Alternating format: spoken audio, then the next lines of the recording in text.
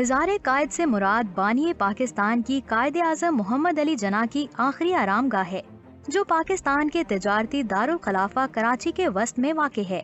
ये मज़ार पूरी दुनिया में कराची की पहचान है। ये मज़ार 54 मुरब्बा मीटर अहाता पर मोरिश तर्ज की सफ़ेद संगे मरमरी कमानों और तांबा की बाड़ों से बनाया गया है। मज़ीद डिस्कशन से पहले वीडियो को लाइक कर दें और चैनल को सब्सक्राइब कर दें।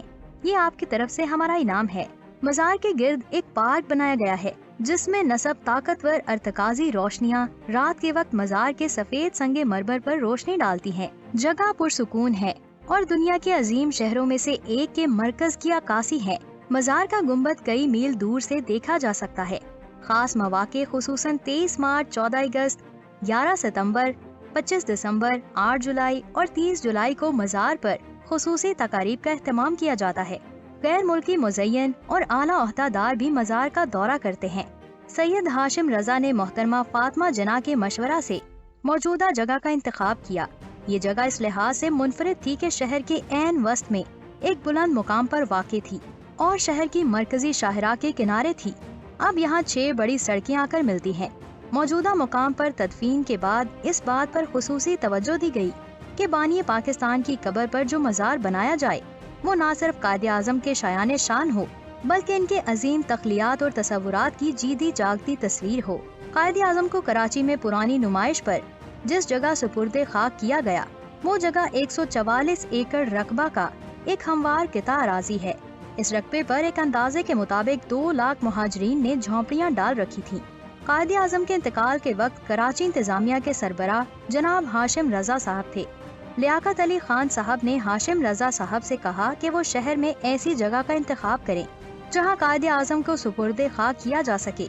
फिर कुछ रोज के बाद कायद के मज़ार के लिए जगह तलाश कर ली गई।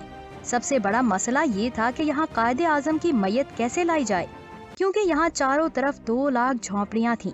फिर हाशिम रजा साहब ने लोगों से अपील की कि ये जगह कायद आज़म की अब्दी जगह के लिए मुंतखब की जा चुकी है। यहाँ की आवाम ने बहुत जल्द अपने कायद के लिए जगह खाली कर दी और फिर कायद आज़म को मौजूदा जगह पर सुपुर्दे खाक किया गया। सितंबर 1948 से फरवरी 1960 तक बाबाए कौम का मज़ार शामियाने तले रहा। मज़ार के लिए कुल 4 नक्शे तैयार किए गए थे।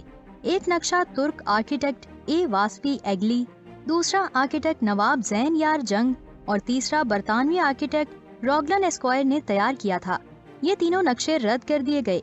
बिलाखिर दिसंबर 1959 में मादरे मिल्लत मोहतरमा फातिमा जना की ख्वाहिश पर नक्शे की तैयारी का काम एक आर्किटेक्ट याहिया मर्चेंट को दिया गया। मज़ार के डिजाइन का बुनियादी काम 28 जनवरी 1960 को मुकम्मल हो गया। तामीराती काम का बाकायदा आगाज 8 फरवरी 1960 को हुआ।